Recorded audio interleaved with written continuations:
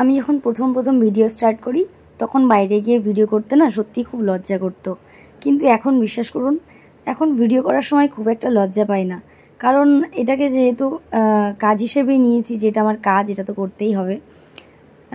তো সেক্ষেত্রে না সেই লজ্জাটা খুব একটা আসে না। একেবারে চলে গেছে সেটা বলবো না, সেটা বললে একটু ভুল হবে, কিন্তু আগের থেকে অনেকটাই মানে অনেকটাই ইয়ে হয়েছে যে লজ্জাটা এখন সেরকমভাবে হয়তো পাই না ভিডিও করার সময়।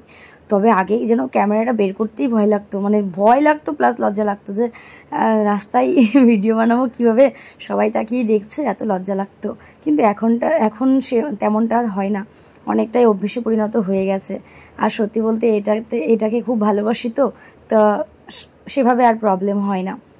ভালোবেসে কোনো কাজ করলে সেটাতে কিন্তু সত্যি বলতে কোনো লজ্জা ভয় এগুলো থাকে না।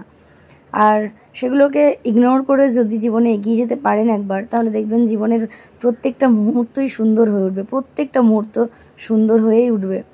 তো আগামী দিনটাকে সুন্দর করে রাখার জন্য এখন যদি একটু কষ্ট করতে হয় তাহলে করুন না, সমস্যা কী। তা আমিও আমার মতন করে একটু করে এগিয়ে চলেছি, আপনাদেরকে সবাইকে সাথে নিয়েই, আপনাদের সবার সাহায্যেই আমি আজকে নিজের ছোট্ট একটা জায়গা করতে পেরেছি। এখনও তবে আমি এখানেই মানে আমার সমস্তটা শেষ নয়, এখনও অনেকটা পথ চলা বাকি। সমস্তটাই আপনাদের সাথে নিয়েই থাকবো, তার সাথে আমার বাড়ির সাপোর্ট সমস্তটা থাকবেই। তো একজন কমেন্ট করেছেন, একজন দাদা ভাই আমায় কমেন্ট করেছেন একটা ভিডিওতে এর আগের, যেটা আমি একাই একটু ডান্সের ভিডিও করেছিলাম, যদিও সেটা আমার খুব একটা আসে না, তবুও একটু চেষ্টা করেছিলাম। আসলে ভেতরে ছিল একটা অন্যরকম অনুভূতি, আর সেটাকে বাইরে আনার চেষ্টা করেছিলাম, আর কিছুই না।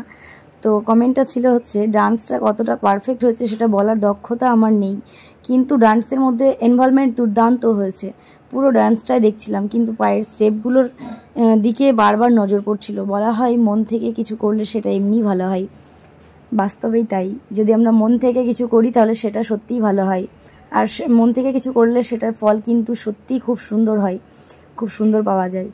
তো সেখান থেকে দাঁড়িয়ে এটুকুই বলবো যে ডান্স আমি খুব একটা পারি না, কিন্তু ওই ভিডিওটার মধ্যে আলাদা একটা অনুভূতি ছিল, যেটা আমি আমার বাইরে প্রকাশ করতে পেরেছিলাম, মানে আশা করছি। তো কতটা পেরেছিলাম সেটা যদিও আপনারাই আমাকে বলেছেন, কমেন্টগুলো খুব ভালো এসেছে, সবাই বলেছেন, খুব পছন্দও করেছেন, সেটা দেখে খুব ভালো লেগেছে। যাই হোক, ভেতরের ফিলিংসটা তো সবসময় বাইরে আনা যায় না, সবসময় আমরা শেয়ার করতে পারি না। তো এই ভিডিওর মাধ্যম দিয়ে কিছুটা শেয়ার করেছিলাম। আসলে কি বলবো, অনুভূতিটা ছিল অন্যরকম। তা যাই হোক, সবাই খুব ভালো থাকবেন। আর ভিডিও করতে বেরিয়েছিলাম অন্য দিনের মতন। প্রথমে ছিলাম হচ্ছে আমরা বহরমপুরে গঙ্গার ধারেই ছিলাম। তো সেখানে থাকার পর তারপরে যে আবার ডিসিশন নিলাম যে একটুখানি বাইপাসের দিকে যাওয়া যায়, তো এখানেই ভিডিওটা শেষ করছি, এটুকুই ছিল।